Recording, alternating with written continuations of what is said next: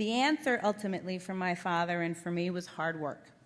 Having lost my scholarship, I enrolled in Northwestern's night school.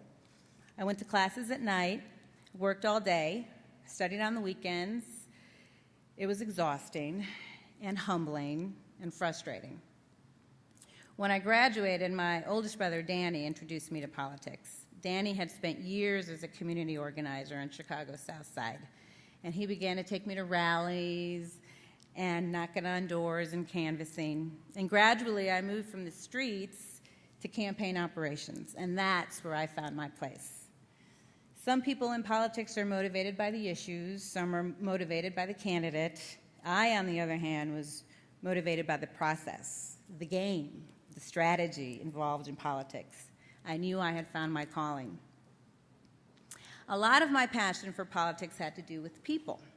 I was lucky enough to work on Rich Daley's mayoral campaign in 1999. I didn't realize it at the time, but my friends on that campaign would later become some of the most talented and celebrated political minds today. David Axelrod and Rahm Emanuel, now household names, helped manage that campaign for Daley.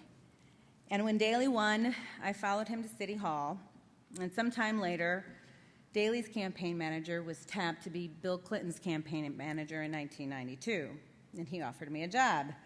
And I said, "Who is Bill Clinton?" When I got to Little Rock, I expected to work for the governor. Instead, I was assigned to work for his wife. And to be completely honest, I was extraordinarily disappointed because I wanted to be where the action was. And boy, was I in for a ride. For the first 3 months, I was Hillary's only staff member. I did her scheduling, her correspondence, picked up the dry cleaning, everything. And that opportunity turned out to be a real gift.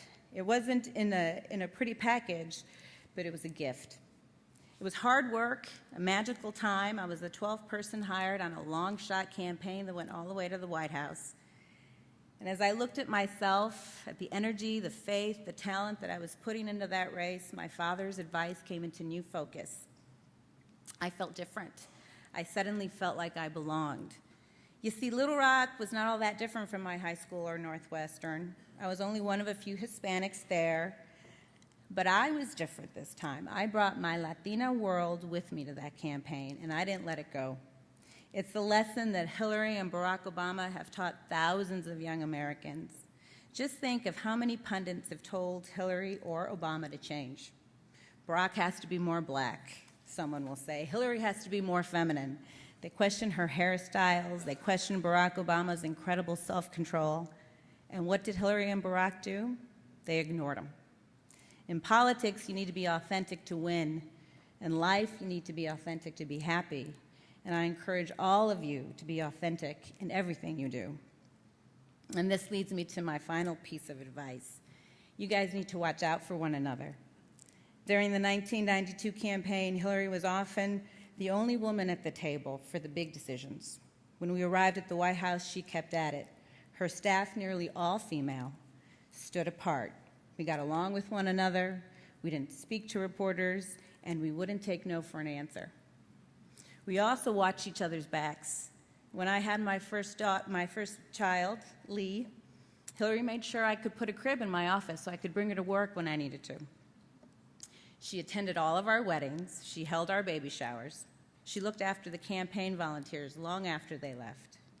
And she made sure we, the senior staff, did the same. We made sure our young staffers got promotions. We made sure that they had time to go to night school if they wanted to, law school, graduate school. She made sure in her presidential campaign, Hillary continued the tradition by breaking down barriers. Women were a part of every decision. She asked me to run her campaign, as I had in the Senate races. Her media advisor was a woman, her policy director was a woman, and so on. And most of us were minorities, too. Hispanic, African American, Asian, Indian, Arabic. The faces around the table in her 2008 campaign looked very different from 1992. Her presidential campaign, of course, did not turn out as we had hoped. But I'm proud of the race we ran and of those 18 million votes, and of the fact that Marcia said on your earlier session today, that most of you said you would become the first woman president. And I think that has a lot to do with Hillary and the race she ran. After we fought to a draw on Super Tuesday, I left that campaign. I was a campaign manager, and it was my job to take responsibility for our losses. It was a very terrible time for me. My rivals on the campaign trashed me in the press. I was on the front page of every newspaper in the country. My departure made headlines all the way in London, where my husband, Jim, who's right there, was traveling on business. I basically wanted to crawl under the bed and hide, but that would not have been a very good example for my daughter. It also wouldn't have lived up to the standards my father and Hillary had set for me. Trust me, all of you will suffer setbacks at one time or another. How you deal with those setbacks and how you let them affect you matters. During our time in the White House, Hillary Land succeeded by sticking together. But that kind of trust and respect wasn't just limited to the women I had worked with. During my days working for Mayor Daley and for President Clinton, I had worked with hundreds of talented people, and a few of them just happened to be running the Obama campaign. In the heat of that epic primary battle, Obama's guys and I managed to get along.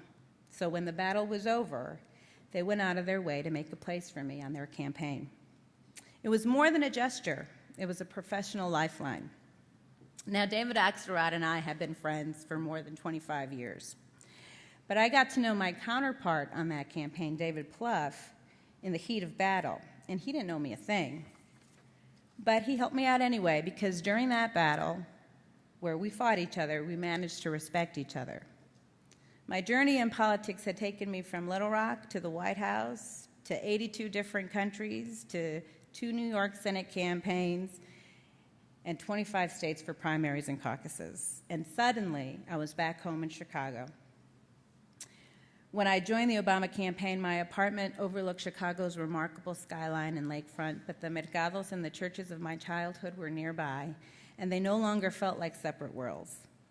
On a brilliant summer Saturday, I took my 2 children, Lee and Joey, to Evanston to visit Northwestern. We toured the lakefront. We bought T-shirts, we bought coffee mugs, and we ended up at the Performing Arts Center in Evanston. And my daughter Lee, who was 10 at the time, walked right up on stage, and as she looked out at the rows of empty seats, and she was overwhelmed by the energy of the university, she proclaimed, "I'm going to Northwestern." And what was great about it is there wasn't an ounce of uncertainty in her voice. She had no doubts about her right to be there, about fitting in. You guys are living in a country where diversity is expected, and I believe that's partly because of people like Hillary Clinton and Barack Obama had helped make it so. They overcame discrimination in their own careers, and they made sure to nurture it in their own operations.